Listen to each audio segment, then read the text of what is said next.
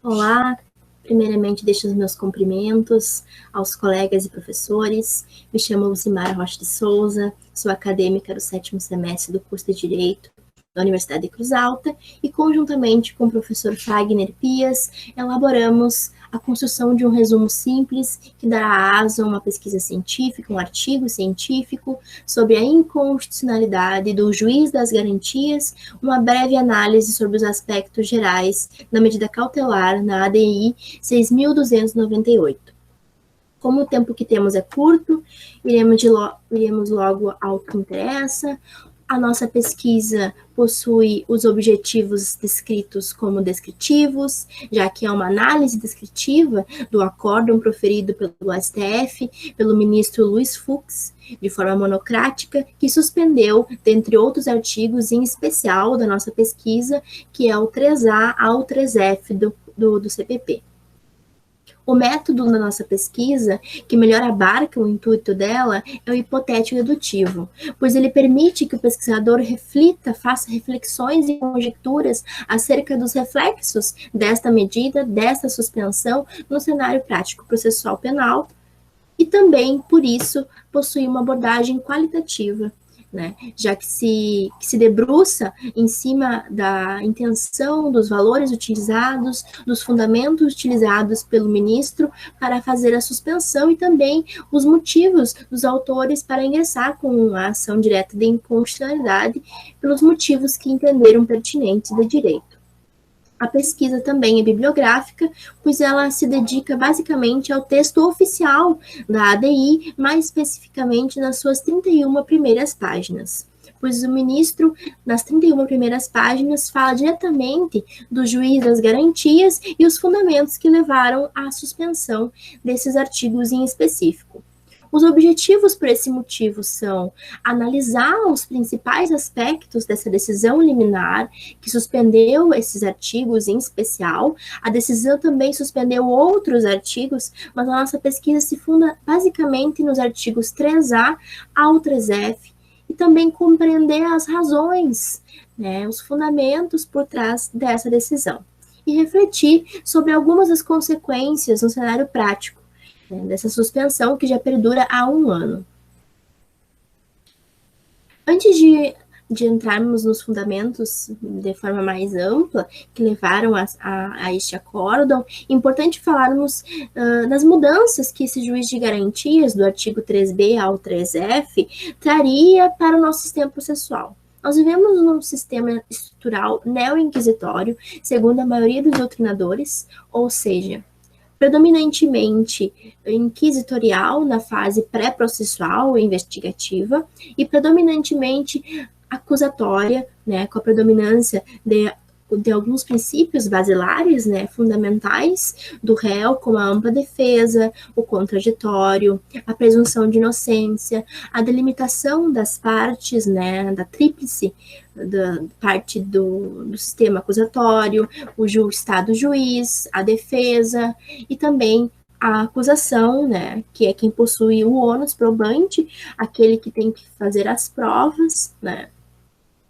E tudo isso dentro de um sistema que se baseia nos princípios fundamentais assegurados em Constituição ao réu.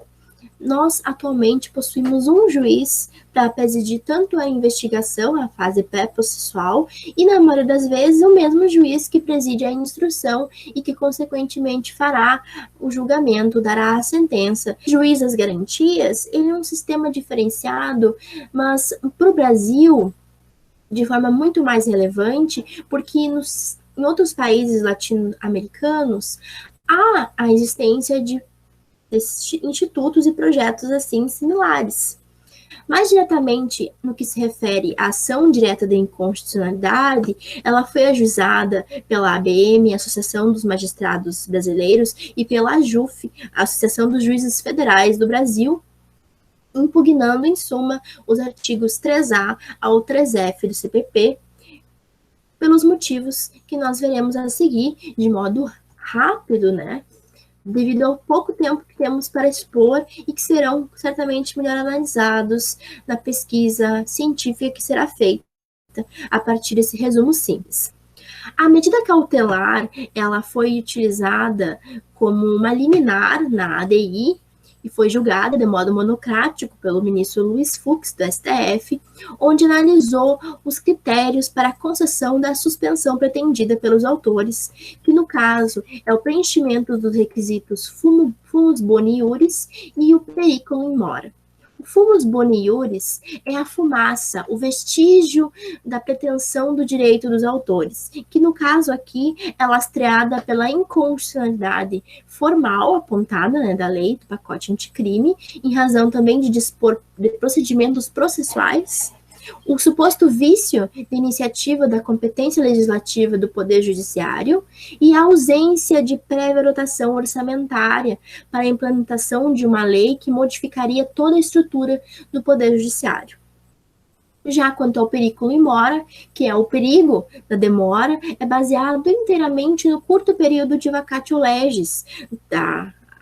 publicação, né, da lei até a sua aplicação efetiva e a sua cobrança, enfim, no Poder Judiciário como um todo. Aqui nós temos, de modo visual, alguns dos artigos, né, de maior relevo, daqueles que nós sedimentaremos na nossa pesquisa. Em especial o artigo 3A, que traz de forma explícita, descritiva, a estrutura acusatória como sendo a própria do nosso sistema brasileiro. Até então, nós não tínhamos escrito em lei sedimentado qual era a estrutura do nosso sistema, por isso, as grandes conjecturas e discussões e debates também acerca do tipo estrutural do nosso processo penal, por isso muitas vezes trazido como neo-inquisitório e não propriamente dito acusatório, como deveria ser.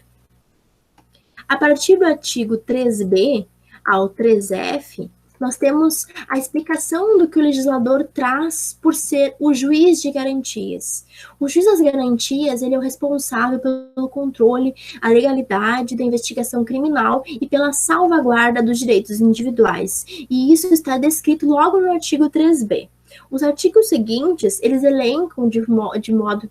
até mesmo didático, quais são as funções do juiz das garantias, o que ele vai fazer,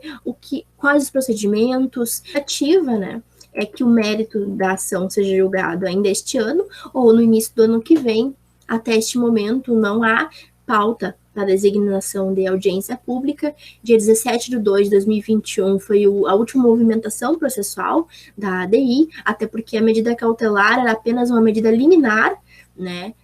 dentro da ação direta de inconstitucionalidade, mas o mérito da ação em si vai ser julgado por meio de audiência pública, com colegiado, enfim, todos os trâmites costumeiros, e a intenção, o que se espera é que o STF analise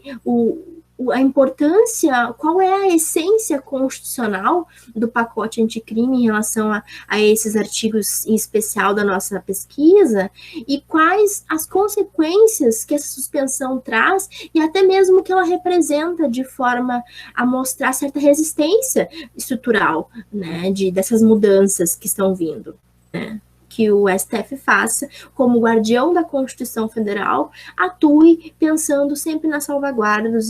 direitos individuais do investigado e depois na fase processual do réu. Eu desejo meu muito obrigado, agradeço a todos os colegas e professores que tiveram tempo para prestar atenção neste trabalho e bom simpósio a todos.